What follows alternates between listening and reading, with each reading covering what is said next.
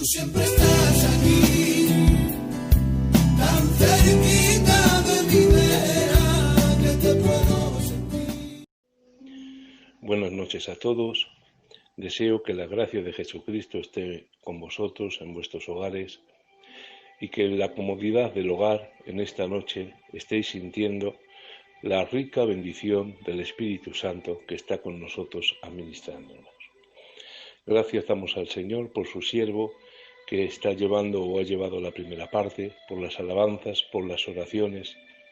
También clamamos al Señor por las peticiones, que Dios, que es rico en misericordia, siempre va a efectuar mucho más poderosamente de lo que pedimos o entendemos todo aquello que esté dentro de su divino propósito. Me gustaría compartir con vosotros en esta noche un tema que creo que es precioso, porque todo lo que está en la palabra del Señor es precioso y es maravilloso, y vuelvo a repetir, en la comodidad de nuestras casas, en la bendición de nuestros hogares, rogamos que el Espíritu Santo nos hable a través de su palabra. En el libro de Juan, capítulo 16, verso 8 en adelante, dice así la palabra del Señor. Pero yo os digo la verdad, os conviene que yo me vaya, porque si no me fuera, el Consolador no vendría a vosotros, mas si me fuere, os lo enviaré. Y cuando Él venga, convencerá al mundo de pecado, de justicia y de juicio. De pecado por cuanto no creen en mí, de justicia por cuanto voy al Padre y no me veréis más, y de juicio por cuanto el príncipe de este mundo ya ha sido juzgado. No es lo mismo convencer que convertirse. La conversión es nuestra respuesta a la llamada del Evangelio, en la cual nos arrepentimos de nuestros pecados y ponemos nuestra confianza en Jesús. Por consiguiente, la conversión requiere dos movimientos previos: fe, por la cual acudimos confiadamente al Salvador, y arrepentimiento, por el cual nos volvemos del pecado y ponemos nuestra vista en el crucificado. Debo de decir que el hecho de que la conversión sea la media vuelta que el pecador da en su relación con Dios no significa que ese acto sea algo de propia iniciativa. Solo podemos ser activos, esto es, reaccionar a la palabra predicada con base a la gracia y al poder del Espíritu Santo que opera en nosotros. Amén. La palabra convencer, a diferencia de conversión, es una traducción de una palabra griega que significa persuadir a alguien de la verdad. La convicción, pues, ofrece una prueba de lo que es verídico, pero no garantiza que la verdad se acepte, lo cual es el paso anterior para que la persona se convierta. ¿De qué somos convencidos? Tenemos que notar el pecado particular del cual el Espíritu Santo traerá convicción. No es el pecado, por ejemplo, de haber robado o de la borrachera. Dice la Biblia, de pecado por cuanto no creen en mí. El Espíritu Santo es el que da convicción de un pecado del cual la conciencia del ser humano nunca se va a autoconvencer. Vuelvo a decir, no es el pecado de robar o de borrachera. El Espíritu Santo convence al hombre del pecado de la incredulidad. Vuelvo a leer el texto. El Espíritu Santo convencerá al hombre de pecado por cuanto no creen en mí. Tengo que decir algo que debemos de entender y de comprender. La incredulidad en Jesucristo es el más grande de todos los pecados.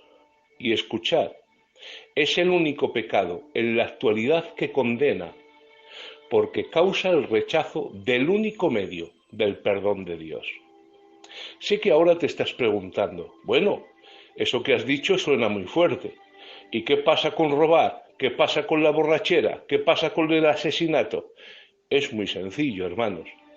Hace poco tiempo en Estados Unidos, un hombre por no poner un intermitente en una intercesión, fue detenido por la policía en un control rutinario de esta en una ciudad. Cuando la policía detuvo a este hombre, le pidió la documentación y este hombre se la entregó. Cuando comprobaron los datos, sorpresa, era un hombre que estaba buscado en varios estados de Estados Unidos por robo, asalto a mano armada y asesinato.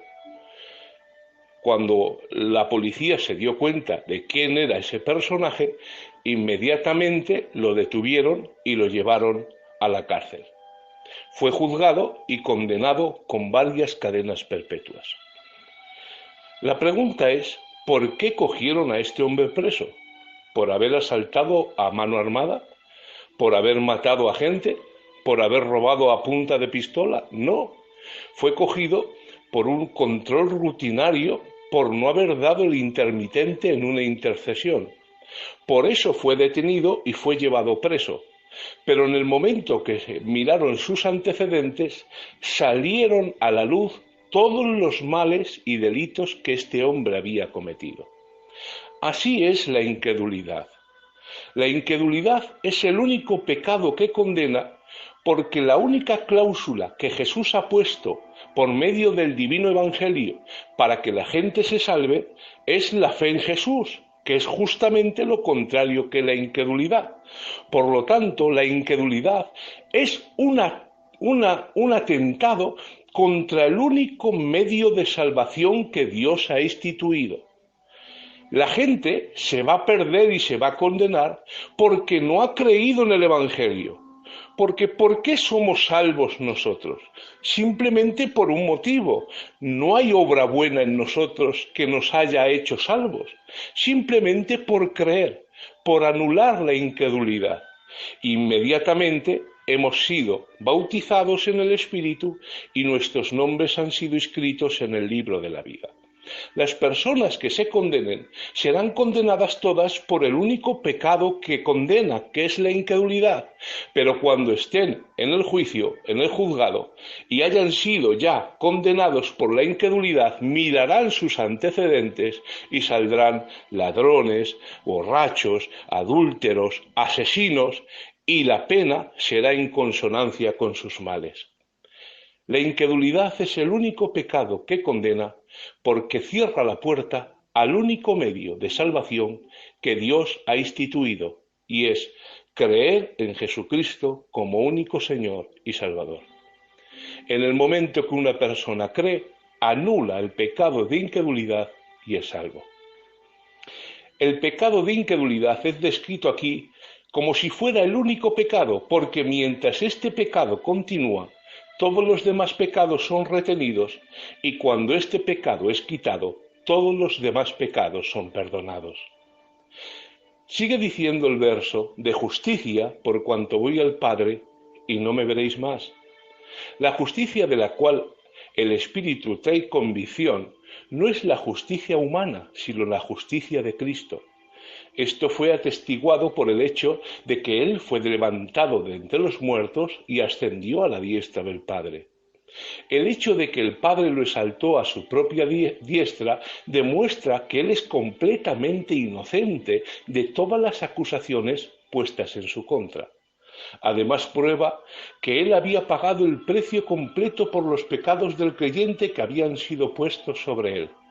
Su regreso al Padre, por lo tanto, dio evidencia de que Él había enteramente finalizado la tarea por la cual había sido enviado al mundo, aquella de proveer justicia para aquellos que creerían en Él. Y sigue en el verso 11, de juicio, por cuanto el príncipe de este mundo ha sido ya juzgado. La demostración más grande de juicio es que el príncipe de este mundo, Satanás, será juzgado. Ya está escrito en el capítulo 12, verso 31 del libro de Juan. Ahora es el juicio de este mundo, porque el príncipe de este mundo será echado fuera. Si Cristo va a juzgar al príncipe de este mundo, esto significa que todos los que le siguen serán asimismo juzgados. Hay una pregunta muy interesante que sale de este tema y de estos versículos. cómo efectúa el Espíritu Santo la convicción en la persona no nacida de nuevo, en el incrédulo, en el inconverso. Es muy probable que haya varias maneras involucradas en el asunto. El Espíritu puede hablar al hombre, por ejemplo, a través de leer la Biblia. Hay muchos ejemplos de inconversos que se han convertido solamente leyendo la Biblia. Otros escuchando un testimonio, otros un coro o un mensaje. Pero ya sea que haya personas involucradas por medio, un cantante, un predicador, el que dice el testimonio, o no las haya, recuerda algo: el Espíritu Santo tiene que efectuar la convicción. Porque a veces, hermanos, nos creemos protagonistas de una historia que no es nuestra. Llegamos a pensar que nuestras presentaciones ingeniosas y convincentes, que nuestras anécdotas, que nuestra inteligencia, que nuestra agudeza, que nuestros detalles, que nuestro teatro puede crear convicción en aquella persona que no tiene a Cristo. Y no es así, hermanos. La convicción de pecado solamente la puede hacer y la puede lograr la persona gloriosa del Espíritu Santo. Por esto, escuchen lo que les voy a decir.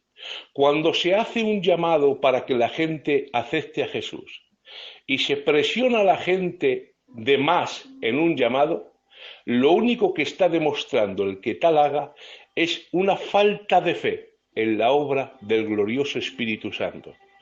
Porque no eres tú el que produce convicción en las almas. No soy yo el que produce convicción. Es el Espíritu Santo. De la misma manera que no es labor del sembrador que la tierra produzca fruto. El sembrador solamente tiene que lanzar la semilla. Ya tiene la semilla en sí mismo el poder y el germen de la vida para que, si haya las condiciones adecuadas, poder dar fruto a su tiempo. Por esto, cuando un sembrador salió a sembrar, una parte cayó en el camino endurecido por las pisadas de los hombres, otra en medio de pedregales que no había profundidad de tierra, otra en medio de los espinos y abrojos que ahogaron la semilla, pero otra cayó en buena tierra y produjo a 160 y a 30 por uno. El sembrador, después de sembrar, no se quedó toda la noche mirando la semilla, ni animando a la tierra, ni quedándose a ver qué podía hacer más él para que la tierra germinase y diera vida. No, sembró la semilla y se fue a casa. Se cambió, se pegó una ducha, cenó y se quedó un rato viendo la televisión, porque lo único que puede hacer el sembrador es repartir la semilla. Esto es predicar el sano evangelio de Jesucristo. Después es la palabra recibida, en esto es la condición interna de cada corazón la que a su tiempo dará fruto o no lo hará. La verdadera convicción es la influencia del Espíritu Santo en la vida del perdido, que le demostrará que es culpable, que Dios es justo y que todos los pecadores merecen juicio. Una vez que el pecador ha despertado a la gran necesidad de su alma por medio de la obra inigualable del Espíritu Santo, la Biblia nos dice que el Espíritu Santo siempre lo llevará a Cristo. Por la acción de la gracia preveniente, ¿qué tipo de fe entonces es la que capacita a tener al creyente el Espíritu Santo? Lo dice el libro de Hebreos capítulo 11, verso 1. Es pues la fe, la certeza de lo que se espera, la convicción de lo que no se ve. La Biblia dice certeza, que viene de una palabra que literalmente significa fundamento, aquello que sostiene nuestra esperanza. Vuelvo a decir que la fe es el fundamento que sostiene nuestra esperanza. Por lo tanto, la fe no es un ciego tanteando en la oscuridad, porque fe sin conocimiento es fanatismo. La fe no es un ciego tanteando en la oscuridad, sino una certeza, una convicción de que la palabra de Dios es verdadera. Es por esto que la fe no se fundamenta en ninguna opinión humana ni sentimiento humano, sino en la palabra de Dios que reina para siempre. Aquí está el orden que debe de seguir el creyente. La palabra guía. La fe pone su ojo sobre la palabra y el sentimiento pone su ojo sobre la fe. Primero la palabra, después la fe y después el sentimiento en este orden. Todo va a ir bien mientras este orden sea observado, pero en el momento en que la fe da la espalda a la palabra y mira el sentimiento, todo el proceso se tambalea y se derrumba. Es por esto que la verdadera fe bíblica que agrada a Dios no está basada en mitos, en historietas, en cuentos ni en historias, sino en la palabra de Dios legítimamente interpretada en su contexto y en su elemento. La fe bíblica siempre implica un elemento volitivo o de voluntad. Después de saber lo que Cristo ha prometido y después de aceptar la verdad de que esa promesa es cierta, entonces la fe siempre lleva dentro de sí misma la semilla de la acción. Como dijo aquel dicho, la fe sabe caminar. El conocimiento en sí mismo no es suficiente.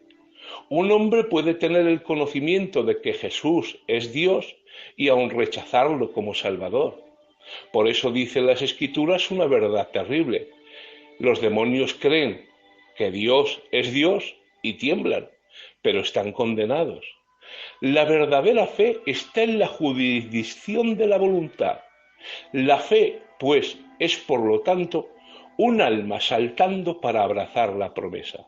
Como dice la Biblia en Romanos 4:21, hablando de Abraham, que estaba plenamente convencido de que era también poderoso para hacer todo lo que había prometido. De ahí que esta fase de la fe está comprendida por dos elementos. Primero, rendición del corazón a Dios. Por eso dice Proverbios en el capítulo 23, dame, hijo mío, tu corazón. Y segundo, la apropiación de Cristo como Señor y Salvador. Significa recibir plenamente todo lo que Él ha hecho en el Calvario para la redención del alma. Por eso dice en el libro de Juan, capítulo 1, verso 12, mas a todos los que le recibieron, a los que creen en su nombre, les dio potestad de ser llamados o hechos hijos de Dios. ¿Cómo describe el Nuevo Testamento la noción de la fe? De dos maneras. La primera es como una mirada al Calvario. Por eso dicen las Escrituras, y como Moisés levantó la serpiente en el desierto, así es necesario que el Hijo del Hombre sea levantado para que todo aquel que en él crea no se pierda, mas tenga vida eterna. Aquí están, por lo tanto, todos los ingredientes de la fe. Primero, percepción de los hechos. Segundo, satisfacción emocional. Y tercero, el acto deliberado de fijar los ojos en el objeto y en el fundamento de la fe. Y segundo, la fe se describe en el Nuevo Testamento como un recibir a Cristo, mas a todos los que le recibieron, a los que creen en su nombre, les dio potestad de ser hechos hijos de Dios. Vemos aquí que recibir a Cristo es sinónimo de creer en su nombre. Esto ilustra la importante verdad de que la salvación es recibir a Jesucristo. Esta apropiación personal es una necesidad vital. Yo debo aceptarlo como mi Salvador, porque la salvación no se hereda, no se contagia como este maldito virus, tampoco es cedida. La salvación es un encuentro personal de cada persona abrazando al Salvador. Quiero dejar claro algo que creo que es importante. La fe es simple y llanamente creer la palabra de Dios tal y como está en su contexto. ¿Y por qué digo esto? Por desgracia, más de 2000 religiones hay en el mundo y miles de ellas, de estas sectas, se basan en la Biblia, pero siempre sacando las Escrituras del contexto. Es más, incluso Satanás, cuando tentó a Jesús, la Biblia nos dice que le dijo versos de la Biblia. Salta, tírate, Pues a sus ángeles mandará para que no tropieces tu pie en tierra. ¿Y qué le dijo el Señor? No tentarás al Señor tu Dios.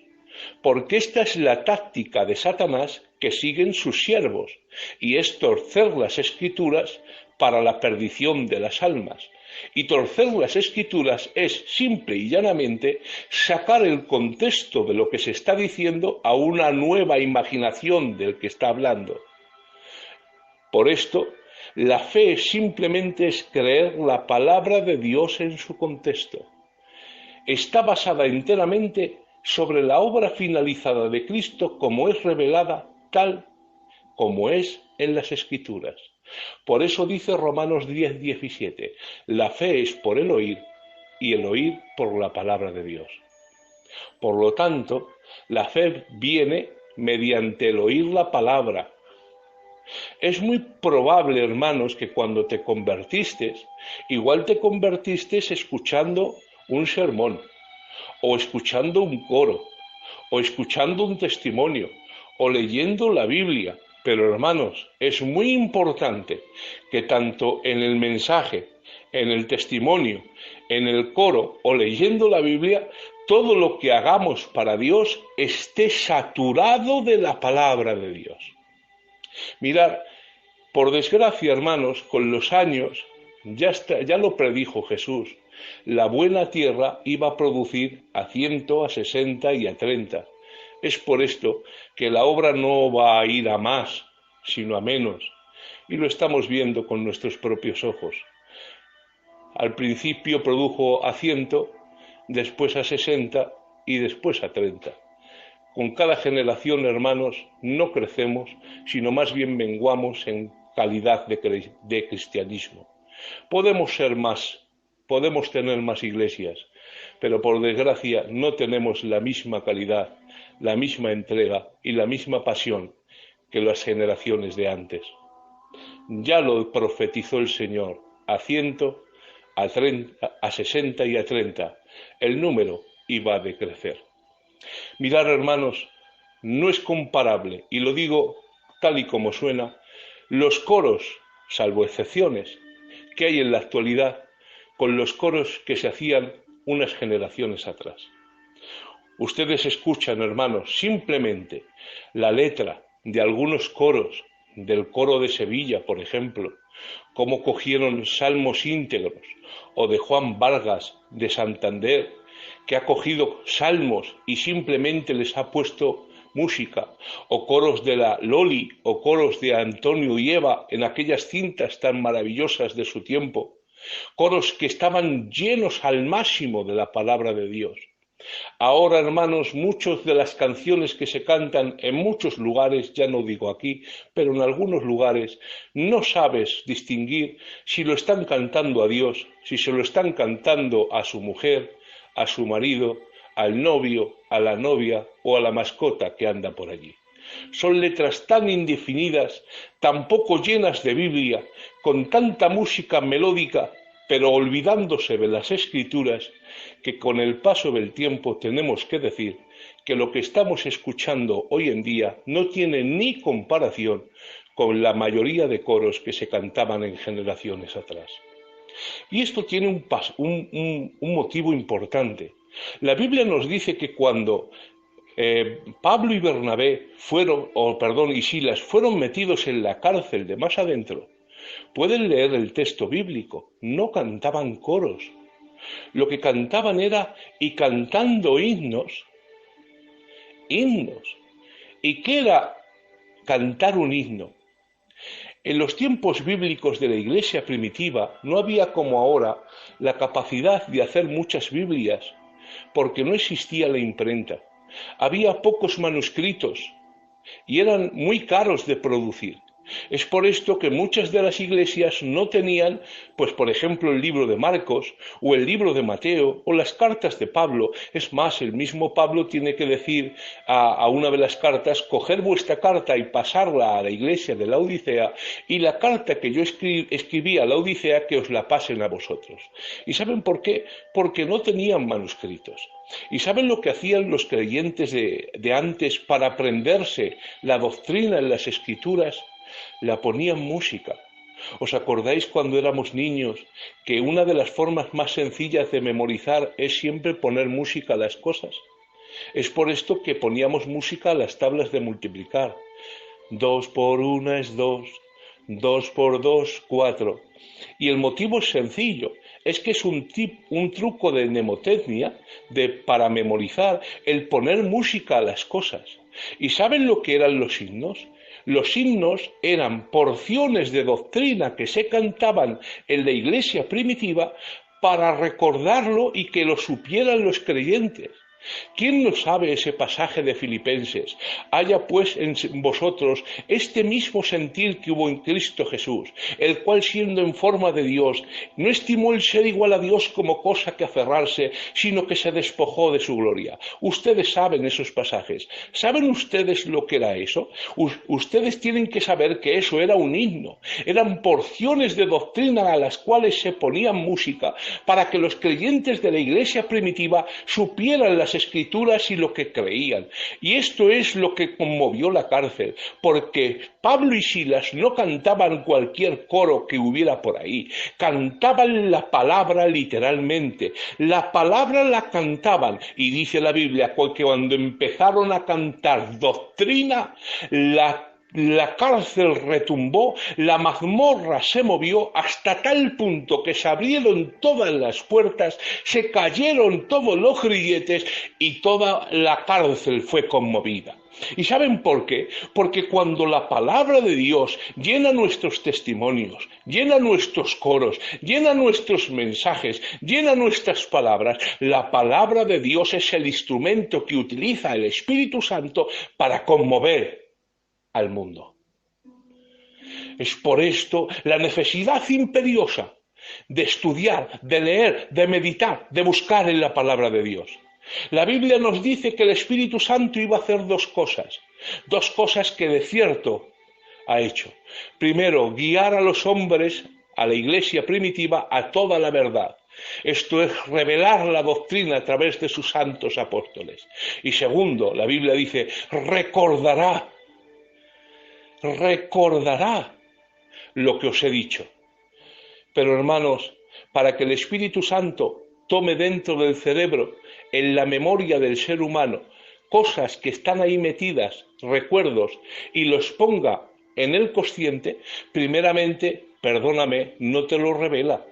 Tienes que recordarlo, en otras palabras, tienes que haberlo leído o escuchado. Para que el Espíritu Santo nos recuerde en el momento apropiado, tiene que estar la información metida. Es como un disco duro de un teléfono o de un ordenador. No puedes sacar lo que no hay dentro. Cuando tú bajas una canción de internet y la guardas dentro del teléfono móvil, cuando tú la buscas la encuentras porque está ahí, pero si no la has metido, por mucho que busques no está. Es por esto que el Espíritu Santo nos recordará las cosas, pero no recuerda lo que no hemos leído, lo que no hemos escuchado y lo que no hemos buscado. Y por desgracia, tenemos que recordar una verdad, y es que el Espíritu Santo utiliza la palabra como instrumento para formar al creyente conforme a la imagen de Cristo.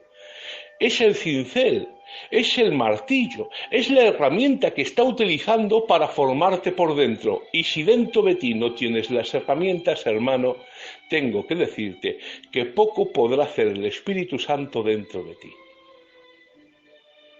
Nada producirá más fe que el oír, leer y estudiar la palabra de Dios. Es por esto que en estos tiempos tenemos cosas que hace muchos años no teníamos.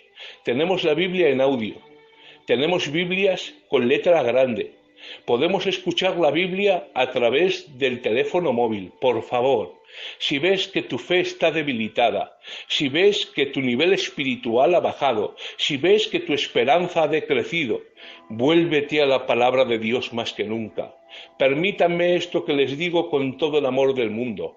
No necesitamos festivales, no necesitamos danzas. Y te voy a decir el por qué. Porque estamos en medio de una pandemia mundial. Muchos de nosotros estamos de luto. Muchos de nosotros estamos en crisis económica. Muchos de nosotros estamos en un proceso de desánimo y estamos con los brazos caídos, debilitados por tantos meses de esta situación. Hemos vivido situaciones que Dios nos libre, nos guarde y nos defienda, pero no es una situación puntual, es una situación que se está manteniendo durante meses y si Dios no lo evita antes, va a pasar como mínimo un año más de estar en esta situación. ¿Y sabes lo que tienes que hacer? No tienes que hacer danzas, ni tampoco estar haciendo cosas superficiales como festivales, no. Lo que necesitamos más que nunca es volvernos a la palabra de Dios con toda nuestra mente, con todo nuestro corazón, con todas nuestras fuerzas. Da igual que entiendas muy poco o que entiendas mucho, pero la palabra de Dios, la Biblia nos dice que produce fe en el corazón del ser humano. Necesitamos, hermanos, llenar nuestra mente de la Biblia. Estamos sometidos a mucho desánimo, a mucha tensión. Necesitamos que la Biblia sature nuestros pensamientos. Nuestros pensamientos están vacíos y Satanás lo está utilizando para lanzarnos flechas malignas que cada vez está trayendo más desánimo, más desaliento, más falta de fe, más dureza. El único arma que tenemos para luchar contra todo eso es la palabra de Dios. Ya lo hacían nuestros mayores, no nos enseñaron el camino. Cuando había problemas y tribulación, no se pasaban las noches orando y leyendo la Biblia, hermanos. Ya no te digo que te pases toda la noche leyendo la Biblia, pero guárdate un cachico de tiempo todos los días para que la palabra de Dios proteja tu mente, cuide tu corazón, sane tus sentimientos. Con quien no conoce aquella anécdota de una canasta de carbón que el gitanico viejo le dice al niño: hijo, lleva esta canasta de carbón, de mimbre, llévala al río y métela y la traes. El niño le estaba preguntando al abuelo: abuelo, yo leo la Biblia y no la entiendo. Yo leo la Biblia y no la entiendo. Y fíjate el ejemplo que le pone el gitano: hijo, coge esa canastilla de mimbre que utilizamos para el carbón y llévala al río y me traes agua. Y el niño fue, la llevó al río, la metió en el río y cuando la sacó, el agua se caía. Cuando fue donde el abuelo no había agua. Abuelo, no te puedo traer agua en la canasta. ¿No ves que es de mimbre y el agua se cae? Vuélvelo a hacer. Le mandó varias veces. Y el niño cada vez más frustrado: ¿no ves que no te puedo traer agua? Y el abuelo le dijo: es verdad, no retiene el agua, pero mira la cesta, se ha limpiado. Porque da igual que no retengas mucho o que no tengas mucha memoria. Cuando metes tu mente en la palabra de Dios, la palabra de Dios limpia tu mente y tu corazón. ¿Con qué limpiará el joven su camino? Con guardar su palabra. Y ya termino con esto. El Espíritu Santo produce fe y también produce arrepentimiento. El arrepentimiento, como la fe, es anterior a la regeneración. La verdadera naturaleza del arrepentimiento es un sincero cambio de mentalidad, obrado por la convicción del Espíritu Santo y seguido por un cambio radical de conducta. Es un cambio sincero y cabal de la mentalidad en disposición en cuanto al pecado. Por lo tanto, involucra un cambio de mente, un cambio de sentimiento y un cambio de voluntad. Implica un elemento emocional, porque el arrepentimiento es una angustia según Dios por el pecado. Como dice Pablo en 2 Corintios 7. Ahora me gozo no porque hayáis sido contristados, sino porque fuisteis contristados para arrepentimiento. Porque la tristeza, que es según Dios, produce arrepentimiento para salvación. La angustia, según Dios, por el pecado debe de ser seguida por el elemento volitivo, esto es, la voluntad. Esto significa una vuelta interna del pecado y una vuelta a Cristo para perdón. Por esto, una de las palabras utilizadas para arrepentimiento significa cambiar de dirección. Esto está ilustrado en la historia del hijo pródigo, que dijo: me levantaré e iré donde mi padre y le diré: Y dice la Biblia, y levantándose vino a su padre. Porque la intención es buena, pero es arrepentimiento cuando se lleva a cabo. Si tú dices me levantaré e iré donde mi padre y sigues estando en el lugar donde estás, esto es, en el lugar del pecado, eso no es arrepentimiento. El arrepentimiento no es algo meritorio. Nunca debe de ser concebido como una obra meritoria, una obra a ser hecha a fin de que Dios otorgue la salvación. No somos salvos por arrepentirnos, sino si nos arrepentimos. Hay una versión en inglés de la Biblia que traduce la palabra arrepentir como hacer penitencia. Y de esa frase tan sencilla sale la doctrina católica romana de la penitencia, que ve el arrepentimiento como hacer penitencia. Esto es una satisfacción que el pecador presenta a Dios por el perdón de pecados. Es por esto que en la Edad Media hacían cosas los monjes como cargarse de cadenas, tantas cadenas que prácticamente no podía andar, o como hacen en el Opus Dei, de golpearse las espaldas con látigos o objetos semejantes hasta hacerte heridas terribles. Esta es una traducción falsa y pinta al pecador como capaz de hacer algo por su salvación, en vez de ver que su salvación es completamente por la provisión de Dios por medio de su gracia maravillosa. Tengo que decir algo que me gustaría que quedara muy claro en esta noche, y es que el arrepentimiento es un don de Dios. Dice en Hechos 11, de manera que también a los gentiles ha dado Dios arrepentimiento para vida. Y en 2 de Timoteo 2 dice que con mansedumbre corrija a los que se oponen, por si quizá Dios les conceda que se arrepientan para conocer la verdad.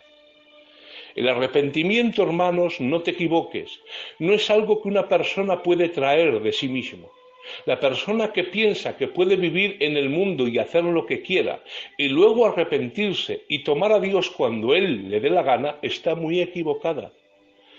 Si alguna vez uno siente la necesidad de arrepentirse de su pecado y volver al Señor, debe hacerlo sin demora, pues es la obra del Espíritu Santo en el corazón del ser humano. Y si no lo haces, puede llegar el tiempo cuando quieras hacerlo y no podrás.